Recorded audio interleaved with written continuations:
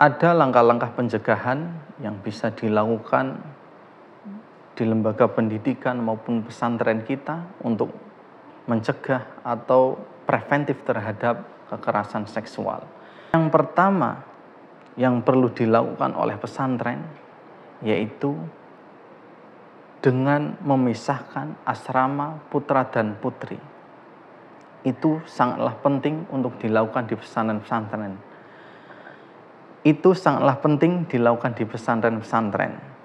Kemudian yang kedua, perlu adanya pemisahan pembelajaran putra dan putri.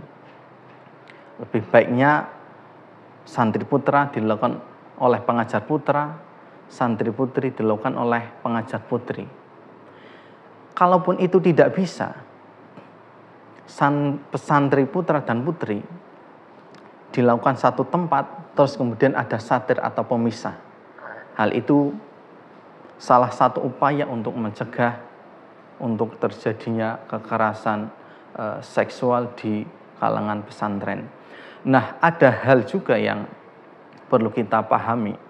Kalau di para kiai, para pesantren itu mereka ada upaya untuk menjaga hal tersebut. Seperti halnya kalau dulu saya pernah mengaji di pondok pesantren, itu kiai ketika mendengarkan misal setoran hafalan itu untuk yang perempuan itu ditutup dengan satir. Itu salah satu upaya yang dilakukan oleh para kiai untuk agar bisa terhindar dari beberapa hal syahwat yang nanti itu bisa berefek ke hal yang tidak kita inginkan bersama. Nah, yang kedua adalah ketika kiai bertemu dengan santrinya atau tamunya itu harus dilakukan secara bersama. Artinya apa? Seorang kiai baiknya ketika ada tamu lawan jenis itu perlu dilakukan bukan di tempat yang privat. Hal itulah yang baik dilakukan oleh para kiai atau para pengasuh di pesantren agar bisa menjaga beberapa kejadian yang mengarah nanti ke kekerasan seksual.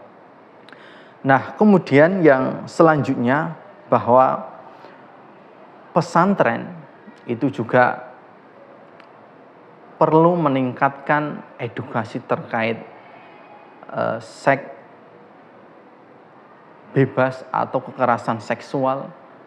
Selain tadi yang kurikulum yang ada di pesantren juga perlu kerjasama dengan beberapa hal. Ada beberapa hal yang bisa dilakukan pesantren untuk bisa meningkatkan kesadaran terkait hal ini, yaitu dengan perlu memberikan sex education di luar kurikulum yang ada di pesantren, yaitu dengan bekerja sama dengan dinas kesehatan atau dengan dokter agar anak-anak atau santri-santri itu menjadi lebih paham di dalam bahaya terkait sex education. Terus kemudian yang perlu kita pahami bahwa ketika ada hal tersebut terjadi, itu bagaimana cara melaporkannya, yaitu dengan cara melaporkan hal tersebut kepada orang terdekat kita dan kemudian ditindaklanjuti di beberapa lembaga tadi yang saya sebutkan. Saudara mutiara iman yang berbahagia, itulah beberapa hal yang bisa kita perhatikan, bisa kita cermati terkait kekerasan seksual.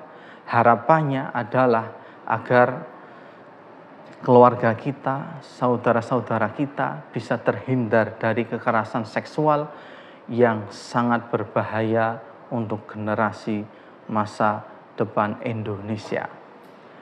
Untuk itu, saya berharap melalui tayangan ini, kami mengajak kepada para saudara semua agar hal yang baik ini perlu kita sampaikan, edukasi ini perlu kita sebarluaskan kepada teman-teman kita, saudara-saudara kita, agar kekerasan ini dari tahun ke tahun bisa semakin menurun, dan semoga dari menurunnya hal ini Indonesia atau generasi penerus bangsa bisa menjadi generasi yang unggul, bisa menjadi generasi yang baik untuk Indonesia.